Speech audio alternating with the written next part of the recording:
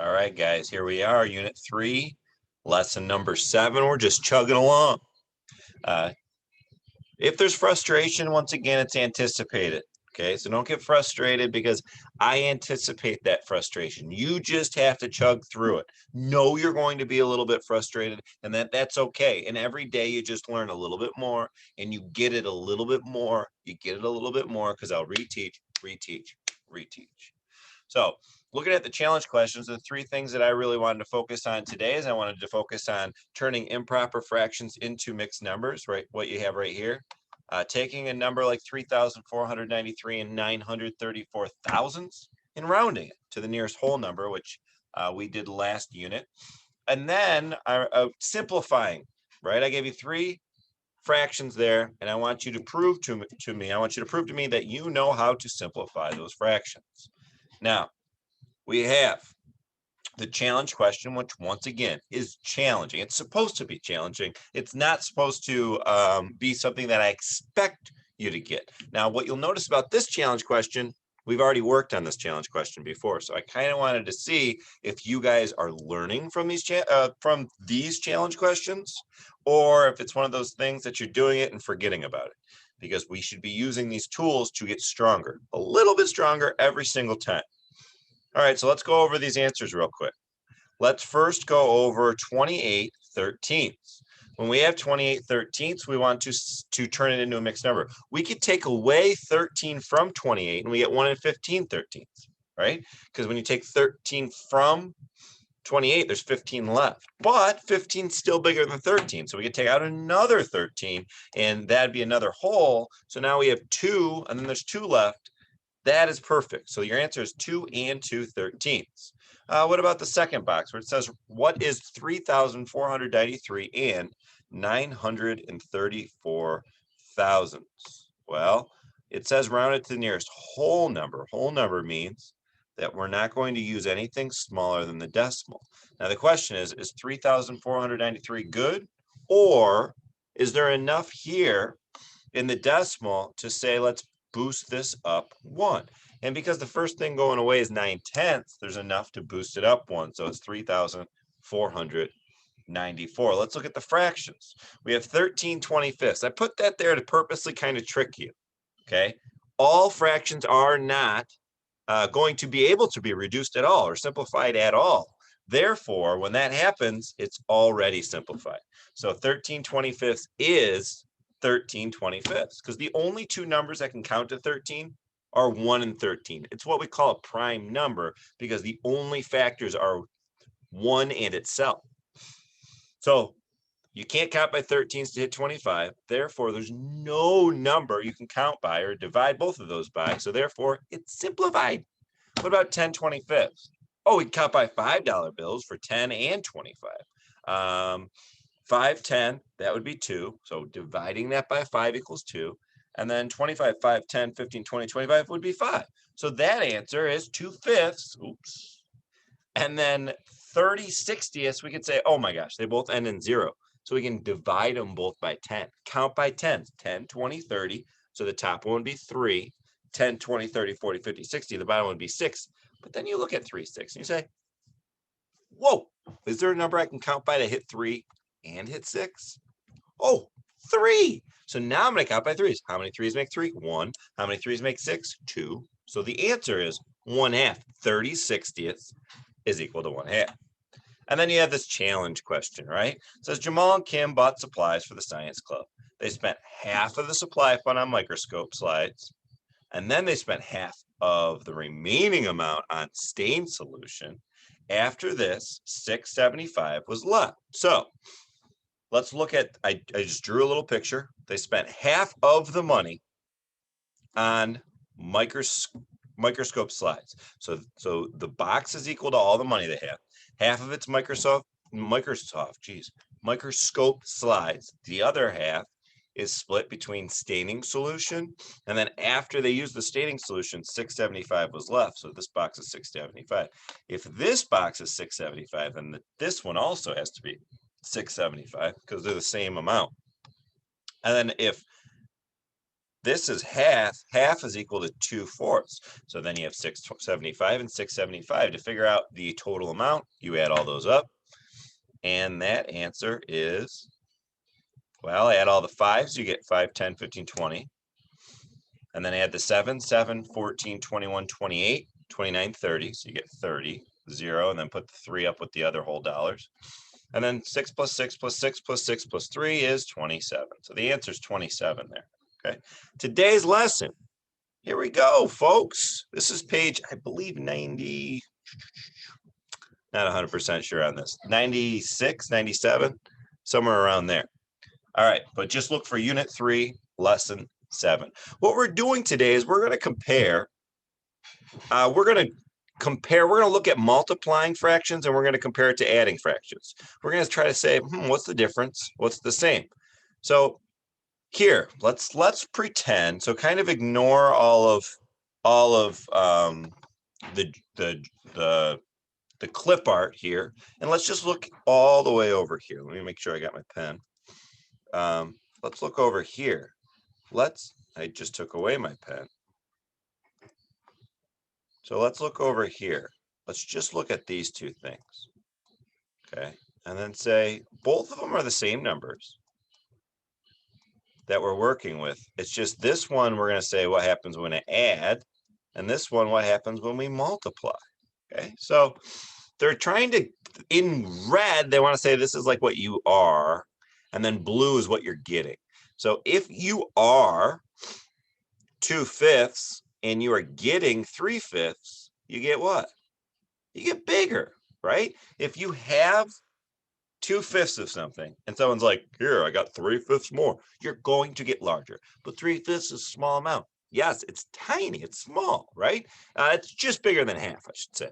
But it doesn't matter. You're adding to what you had, so you're going to have more. Okay.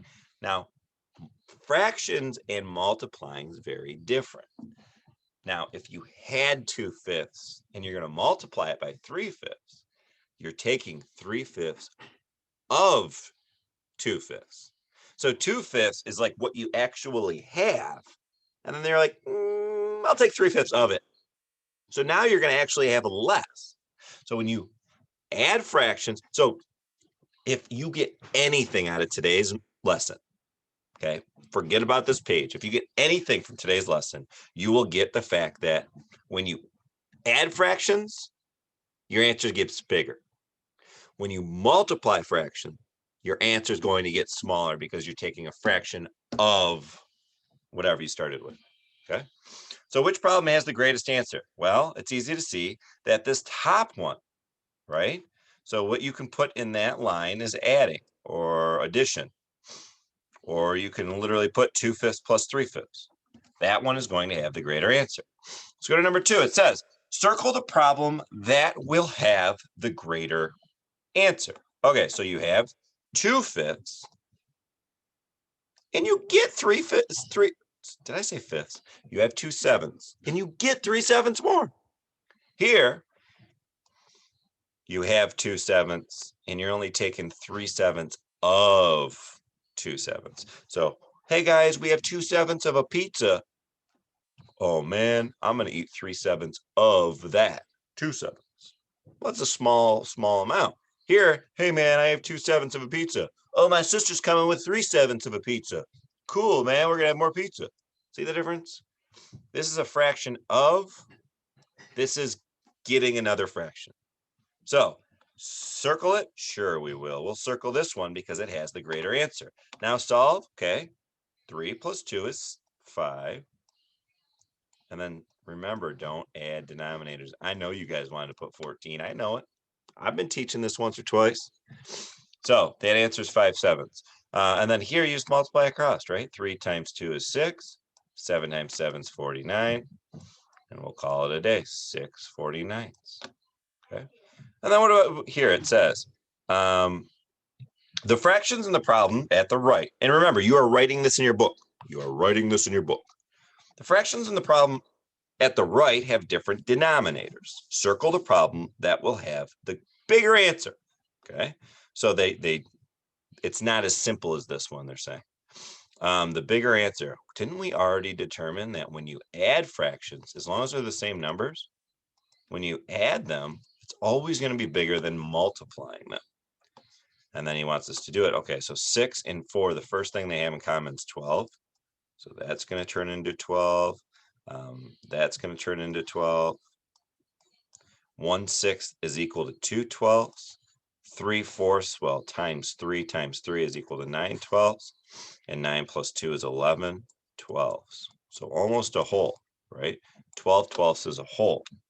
Now what about over here? Well, over here we get to multiply across. 3, and then 6, 12, 24, right? 6, 12, 18, 24. And that can actually be simplified. And the reason I know that is because 3 can go into 24.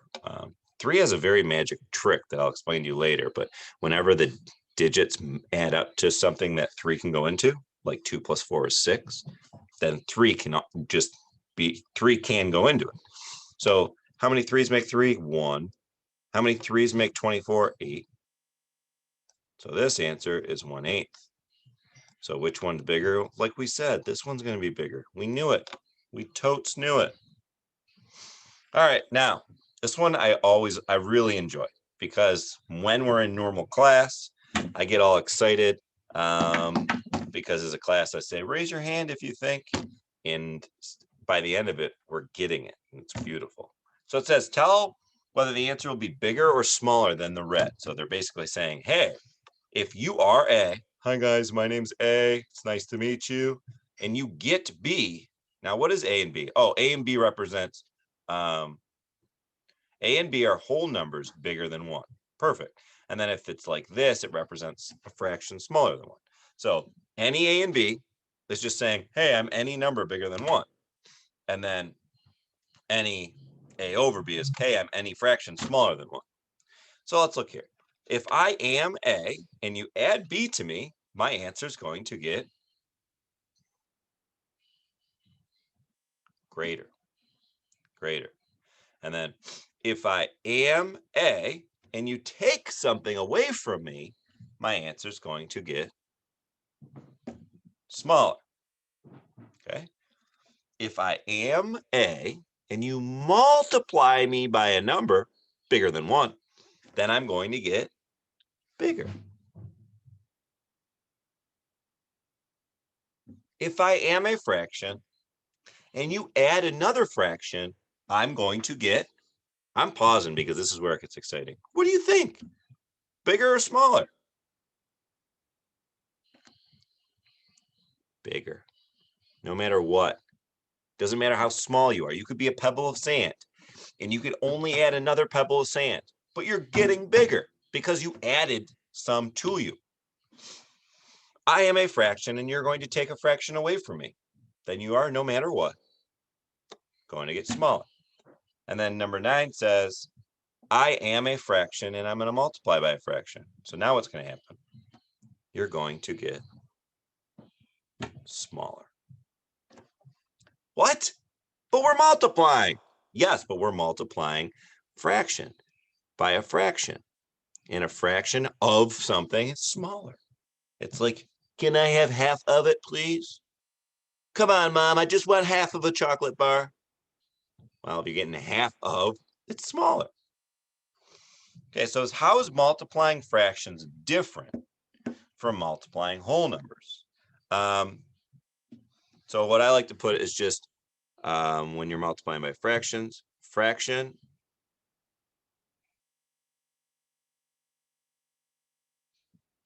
of a number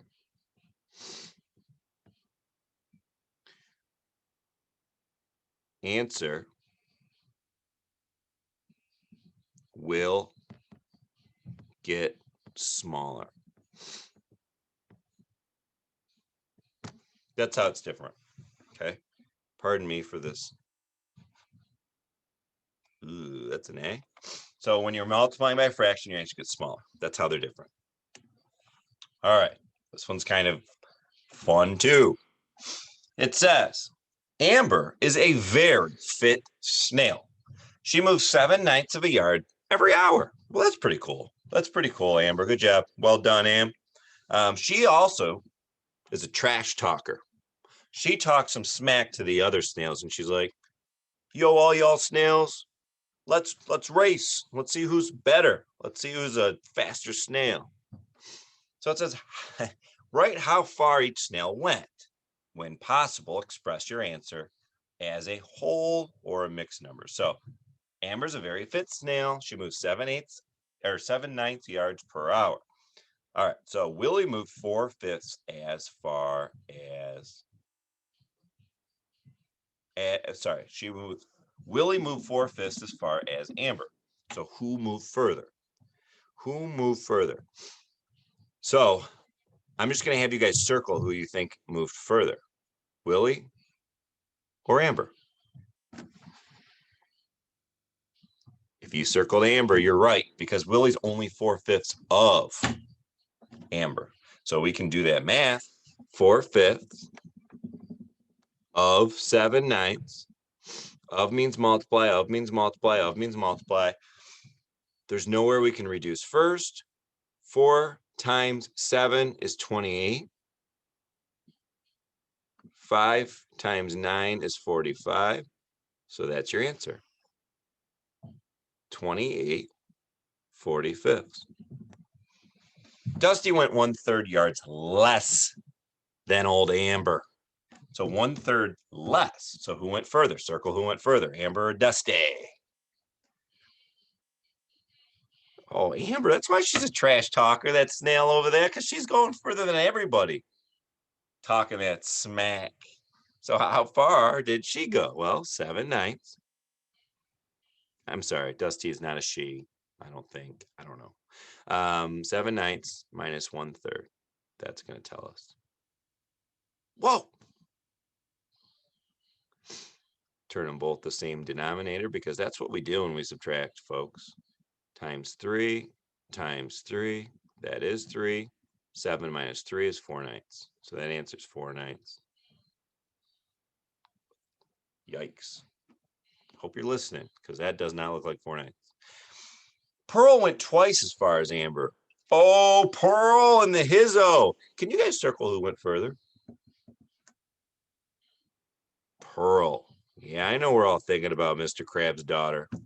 That a girl, Pearl? Well done. So how far did you go? Well, if Amber went 7/9, double 7/9 is 14/9.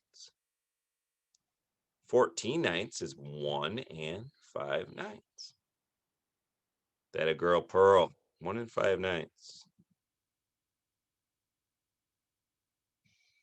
Didn't SpongeBob date Pearl or something? You know, never mind. Forget about it. We're getting distracted. Casey moved 4/9 of a yard more than Amber. Dang, Amber, you're starting to slow down, girl. All these young snails are just doing a lot better than you, Amber. Don't give up.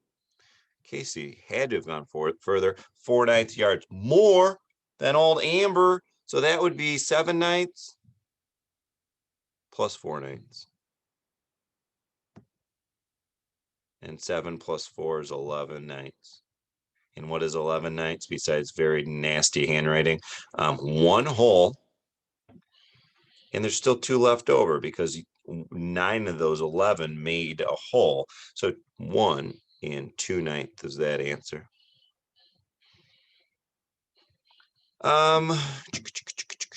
Minnie moved half as far as Amber. Oh, Amber's starting to get it back, man. Good job, Amber. See, she was thinking that she was the old slow snail. And then all of a sudden, she took Minnie down. Amber did. Good job. That was like Mike Tyson on Saturday, right? Well, he tied, but you get where I'm going with this. All right. So Amber, so half as far as Amber. So she did half of 7/9. And right now, as you can see, I'm writing my math anywhere, and that's how I always operate my class. I don't care where you write it. I'm not one of those teachers, but you will have teachers like that, and that's okay, right? It's like a different level in video games. When your teacher says, I need you to write it just right here, I need you to follow these steps. Don't say, no, I'm not doing that. Mr. Stahl said I didn't have to do that. No, you say, okay, I'm up for your challenge now. That's what you want me to do, I'll do it. So anyways, but that's not my challenge. 1 times 7 is 7. 2 times 9 is 18. I just want you guys to get it. That's my challenge. 7/18 is your answer. It says, make up your own question about Shelley. That's a great idea, but we don't have time for all that. All right. Now it says, commutative property. Look at the proof. Okay, the proof is in the pudding, as they say. We are not going to do this because I don't want to confuse you guys anymore. I mean, if you're up for that challenge, you can try doing this, but I'm not worried about it. They basically want you to say why the commutative property is a thing, right? And that just means, remember, commutative property means commutative property of adding means you can add in any order. Well, commutative property of multiplication means you can multiply in any order and the answer will stay the same. And that's explaining the 3 steps on why it's true, just by showing you the symbols, and they want you to explain those steps, but you don't have to do that.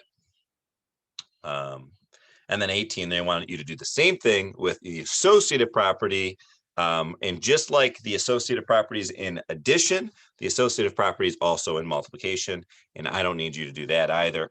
As long as you guys know, we don't get too into that. As long as you guys know that there's an associative and a commutative property. And basically all it means is, hey, order doesn't matter. You can add in any order. And the associative property of multiplication means multiplication, you can multiply in any order. It's never going to change the answer. 2 times 3 is the same as 3 times 2, okay?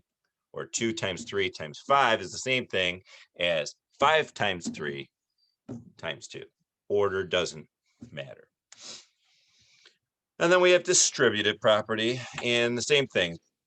They say, find the value of 1/2 times 2/3 plus 1/4 by adding the insides first. Well, this is what we're going to get into in algebra at the end of the year. Whenever there are parentheses, you always do what's inside first. However, the distributive property is saying, yes, you do this first, but if you wanted to, you can distribute this 1/2 to both of those fractions, and then add the answer of both of those together. But once again, I don't know why the author puts that here. We'll deal with this later in a less confusing time. We got enough for juggling. We're juggling multiplying fractions. We're juggling too much, right? And then we had old Amber, the snail, or whatever her name was. Too much. All right, so we have mixed practice, 22 through 25, and we also have 26 through 29. This is what we are going to work on during our live Zoom. So remember, keep rocking. I'm excited to go over this because now we're kind of in review, right? This is mixed practice from review. And for the people that got frustrated with yesterday's quick quiz, don't be frustrated. It's going to be all right. All right. Thanks for watching. We're going to have a good day in math today. See you guys in a little bit.